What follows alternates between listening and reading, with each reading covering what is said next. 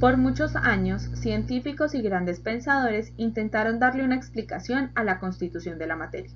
Finalmente, hoy, gracias a esos aportes y a los avances tecnológicos, podemos llegar a las conclusiones que veremos en este video. En este video hablaremos sobre los modelos atómicos, sobre las relaciones cuantitativas. Los primeros aportes acerca de la constitución de la materia, es decir, del átomo, fueron gracias a los filósofos griegos, los cuales sentaron una base para los futuros estudios científicos.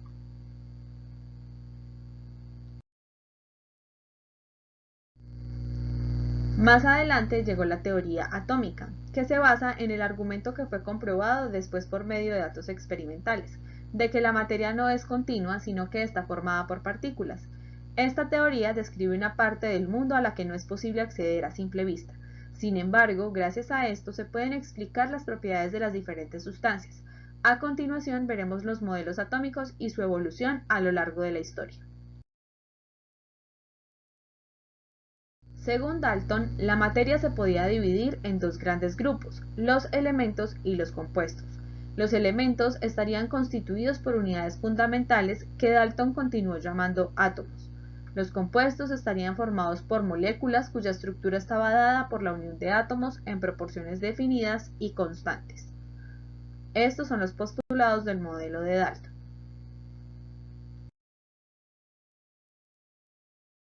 Además de los postulados, Dalton empleó diferentes símbolos para representar los átomos y los compuestos.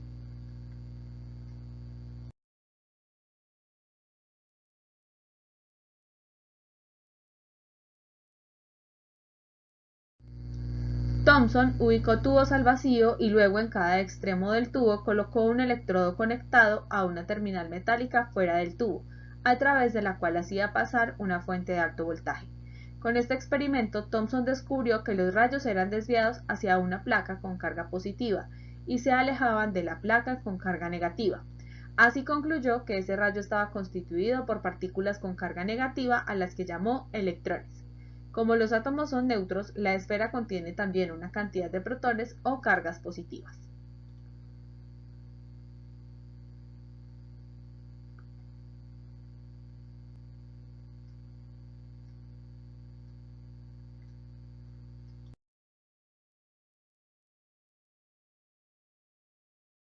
Goldstein utilizó el tubo de rayos catódicos pero con el cátodo perforado y descubrió que el tubo no solo emitía rayos desde el cátodo, sino que también lo hacía desde el ánodo.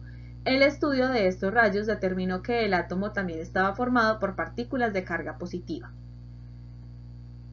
Con base en esto, Thomson concluyó que el átomo está compuesto por electrones distribuidos uniformemente sobre un átomo positivo.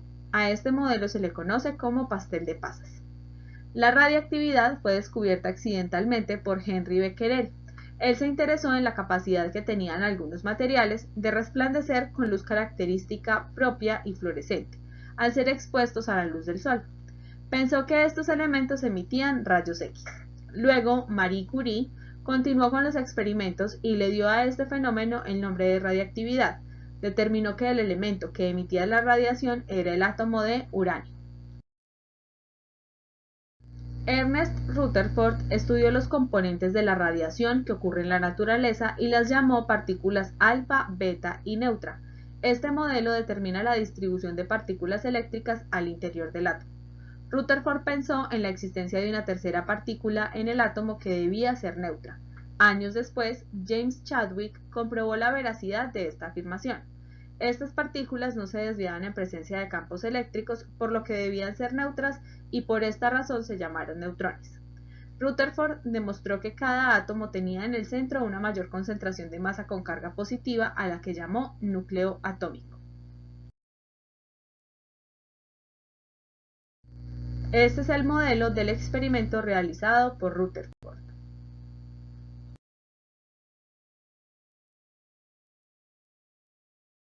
De acuerdo con las partículas subatómicas fundamentales, protones que tienen carga positiva y están ubicados en el núcleo, los neutrones sin carga ubicados también en el núcleo y los electrones con carga negativa ubicados en la periferia, un átomo tiene dos números importantes que permiten identificarlo. El número atómico se representa con la letra Z e indica la cantidad de protones presentes en el núcleo. En un átomo eléctricamente neutro, la cantidad de cargas positivas debe ser igual a la cantidad de cargas negativas. Por consiguiente, el número de protones de un átomo debe ser igual al número de electrones. Y el número másico se representa con la letra A y se determina por la suma de las partículas presentes en el núcleo, es decir, de los protones y de los neutrones, como la expresión matemática que ven en la imagen. Debido a que la masa de un átomo es tan pequeña y que hasta ahora no existe un instrumento capaz de medirla, se han calculado las masas atómicas relativas de los átomos, es decir, se calcula la masa atómica en relación con una masa patrón. Se ha establecido, según la UPAC, la unidad de masa atómica UMA, que corresponde a la 12ª parte de la masa del isótopo de carbono, que es el más abundante. Los isótopos son átomos de un mismo elemento que difieren en su masa atómica debido a que tienen diferente cantidad de neutrones en su núcleo. Para representarlo, X es el símbolo del elemento, A es el número másico y Z es el número atómico.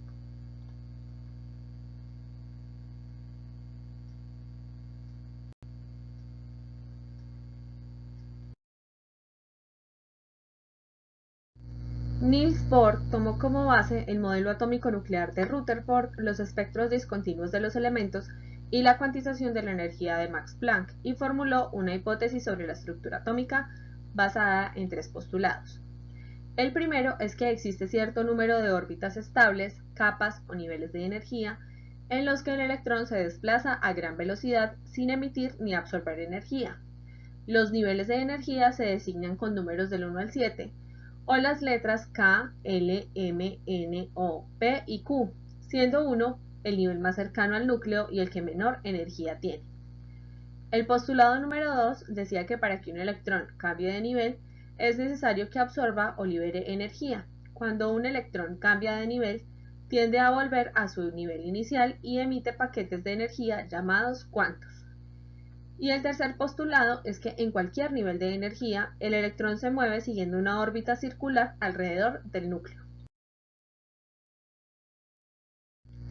Arnold Sommerfeld, con ayuda de un espectroscopio muy sensible, observó que entre las líneas que formaban el espectro de emisión, conocidas como niveles de energía, aparecían otras líneas más finas que denominó subniveles de energía, y propuso los siguientes principios.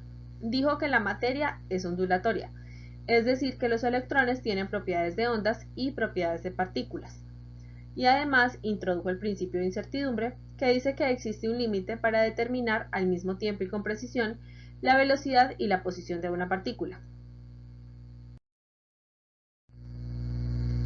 Gracias a los aportes de científicos como Louis de Broglie, que propuso que los electrones tienen un comportamiento dual, es decir, que cualquier partícula que tiene masa y se mueve a cierta velocidad tiende a comportarse como una onda.